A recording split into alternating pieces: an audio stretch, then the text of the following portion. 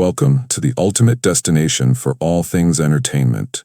Get ready for exclusive access to the hottest movies, shows, music, and everything in between. From blockbuster premieres to behind-the-scenes action. Chelsea Handler opens up about nightmare childhood in New Jersey. An escape to find fame in Los Angeles comedian Chelsea Handler has been a leading light in Hollywood's entertainment scene for nearly 2 decades now. So much so that almost beggars believe she wasn't born right into the spotlight. But now, the 50-year-old TV host and author who just published her 7th book, I'll Have What She's Having, is opening up about the vastly different world in which she was raised, thousands of miles away from the bright lights of Los Angeles, in a home mired in uncertainty and, at times, tragedy. Handler was born and raised in Livingston, New Jersey, in what she describes to the Wall Street Journal as a beige split-level house located in a verdant suburb without a main street, just malls. Her father, Seymour, worked as a used car dealer, while her mother, Rita, was a homemaker whose focus was on raising her 6 children. The comedian speaks of her life in the home, which was last sold for $570,000 in June 2008, in a very matter-of-fact way, describing her conflict with her father and her own fight for attention as the youngest sibling of 5 other kids.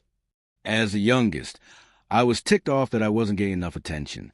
I figured if someone was in charge, I would have received the proper amount, she told the outlet, after admitting that she and her father went head-to-head for a long time after she recognized his misogyny.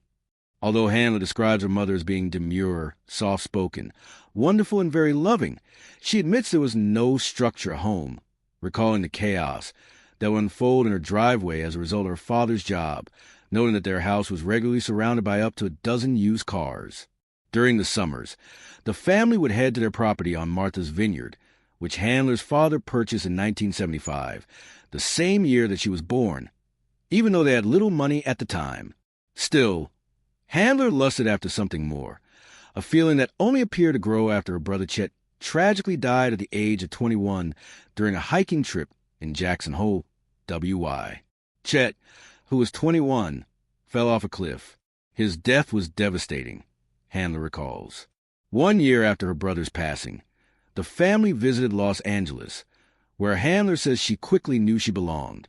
She began doing everything in her power to make money that would help her to realize her dream of moving to California. I quickly became an entrepreneur, she said. On Martha's Vineyard, I started a lemonade stand with another kid who was also 10. I soon realized we could make more money if the lemonade was mixed with alcohol and sold to parents. I also began babysitting. Even then, I was determined to live on my own. The Handler's desire to move also seems to have been motivated by her hatred of high school, which she describes as a nightmare. Meanwhile, her relationship with her dad at home was slowly crumbling, leading to her moving in with her brother Glenn.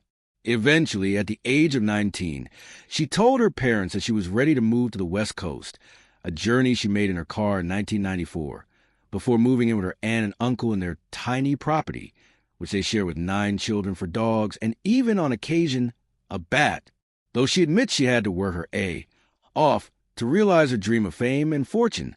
Handler ultimately landed her big break around 13 years after she arrived in Los Angeles with premiere her hit show, Chelsea Lately. My career took off with Chelsea Lately, starting in 2007. That late-night show blew everything up, she said, noting that her success has also enabled her to build out quite the vast property portfolio, with homes in Los Angeles and Whistler, where she spends winters skiing and chilling. That home is also where Handler sought refuge during the California wildfires, which she admits came close to her house in L.A.